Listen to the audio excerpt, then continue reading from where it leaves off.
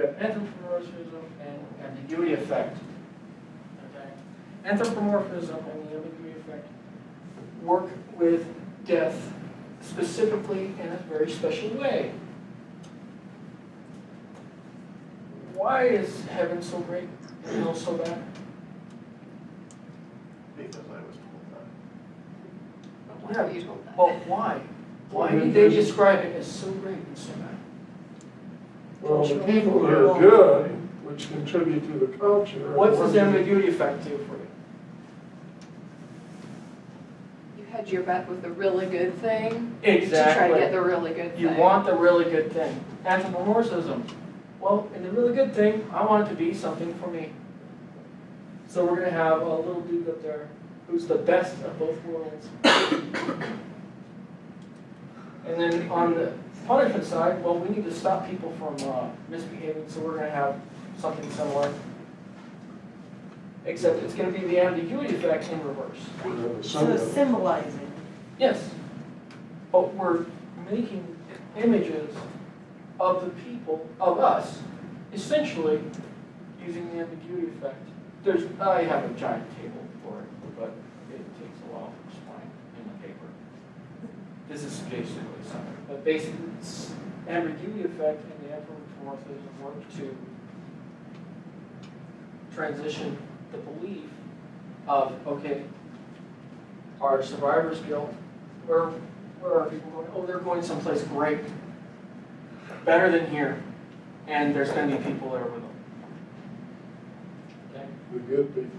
A motive reappraisal is, okay, is basically you mention something about making things not turning positive and negative. That's basically the same thing. Okay, you need to reappraise. Well, their death wasn't so bad. You know, little Timmy died, yes, he was only alive for 2 years, and he was hit by a fence or a falling truck or whatever. But it's okay. Timmy's going to be fine. Timmy's going to Botswana. In Botswana, he's eating all the ice cream he likes. The Greek farm upstate that has all the other dogs that they can play with and all the fields they can run through. Exactly. Necessity to maintain social and psychological integrity. Okay? You have to maintain that. That is a necessity. In that, if one of these fail, they're dependent upon each other. Okay? If you have, because in each one you have individual, group, and community, culture. Okay? IGCs for short. Okay? Whether it's an individual, group, or culture, you have to maintain social and psychological integrity. Because it only takes one person to make a group, and then one group to destroy a culture. If they are counter to what this culture is stable as time. Okay? So, you have to have mechanisms to say, oh, well, this guy's saying, oh, well, when we die, we're going nowhere.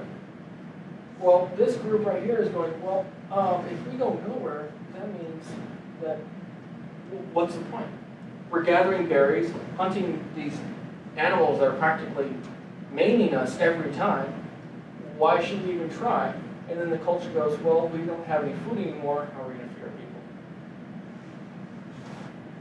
So, basically what they do is the IGC looks for these. They use psychological and social maintaining mechanisms to stabilize all the time. The heaven-hell principle, reincarnation in Hinduism and Buddhism. There's a tribal culture in Brazil who believes that you get bit by ants and transfers power and the breath of life. Similar to the Egyptian belief that all life begins from breath. Egyptian culture, however, has the best death rituals. Is what? Egyptian culture. But you said something up there. Has the best death rituals. Okay. Extraordinarily complex. Oh, yeah. I mean, I had a professor one time. He would go schizo over You lose track of everything, anything he was teaching. All you have to do, if you want to get away with missing a test or skipping something, you just ask him about it, and then he's done. Just like that. Okay, so death witness. Explanation required. Rationally, if something exists, it must go somewhere where it's gone. When it's gone. Explanation given. Supposed to be given for where life goes when the body dies. Psychology stabilized, social integrity maintained, which therefore ensures resource acquisition, population replacement continuum. Why have a baby in a world where everyone's going to die and nothing's going to continue? You ever heard that? Oh, why are you having children in this world? It's so horrible. Okay? Every parent will tell you something different. Yeah, well, that's why. There's stability mechanisms that we even have today. They're not necessarily religious anymore. Some of them are derived from religion, but the main point is that it's meant to ensure population replacement. Without new babies, we don't have our next couple generation. Okay, new event assessments. You ever seen something you couldn't really explain? And no previous understanding for it? And then later on you learn exactly what it was and what kind of I don't like it. No, never. I'm trying to think of one. I mean, I know what's happened. She knows everything. You guys ever been up to Cottonwood, Sedona? Yeah. I grew up in Cottonwood. There's a hotel up there called the Hotel Grand. Prior, in my youth, it used to be a hospital, an abandoned hospital. And it was a hospital with a mental ward that was in it. And there was numerous stories about this place being haunted and messed up. Okay, and time and again, I would challenge my friends to come up there with me at night. Yeah. You need one of Anyways, because there was an official report made by the police in the 70s about a girl getting mauled by a devil dog. A devil dog? Yes. There was a high school that was up there. They were having a prom. A couple snuck off to the hospital just after it closed. They snuck down to the insane asylum areas with all the doors open and everything. And they were having some fun on one of the beds. And were attacked by a dog. It was described as a dog with glowing red eyes, blah, blah, blah. It fit into the stigma, what they had been conditioned to view as a devil dog. Okay, what happens when you shine a light into a dog's eyes? They glow. Exactly, they're very reflective. If you didn't know what was going on, what would you? It's possessed. Now, what color does it Sometimes it goes a light Red or bright green. blue. It all depends on the light that's being shown into the shade. Okay? When I was a kid, I actually snuck up there with my friends and we ran into a pair of devil dogs. At the time we didn't know what they were. All we knew was that they were up on the top railing where the lights always turn on. And then they were down with us. Now, keep in mind, they were up on the top railing where the lights turned on, and then they were down with us in a heartbeat. Now, what we saw were two dogs, stray dogs, up on the top railing. When the dogs went inside the hospital, they disappeared. There were more stray dogs down below. It was a pack of dogs that inhabited the hospital at the time. We didn't know that. Two of the dogs that were protecting the hospital had come out towards us. So it literally looked like, from our perspective, the dogs went from there to there. Kind of messed with us when we were 14. I spent over a year trying to figure that out. Finally, my father, he was a closet. Is that what got you interested in religion? Oh, no. My father was a I'm closet kidding. atheist, and he was more interested in behavior, but religion always interested in culture. My family was Mormon. What was that?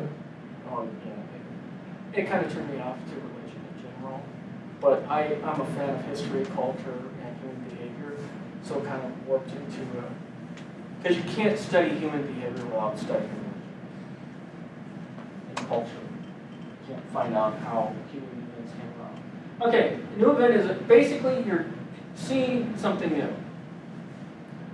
You enter into a new area, a new region, chasing buffalo, and you see that for the first time. What are you going to make it?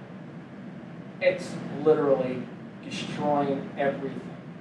You have no idea what that is. What are you going to do? Angry God. What was that movie, Twister? Yeah. Yeah. How'd they say, what was the finger, F5 like?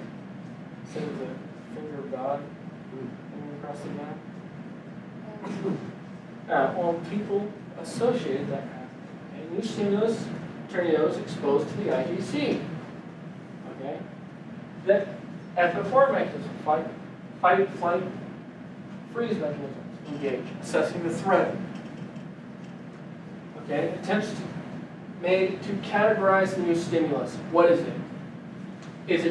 Is it atmosphere? Is it ground? Is it food? Is it not food?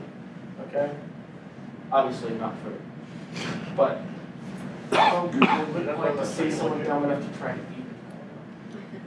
You don't know it's not good until you look. Oh, I knew a meteorologist that let me ride this motorcycle. He loaded down with lead and a bunch of sensors. And because the motorcycle was able to go around anywhere, it would allow, you basically to ride through a cornfield and follow a tornado. So he let me ride that motorcycle around, chasing storms for a summer. Why a motorcycle, not a car? Because there's some areas that the car can't.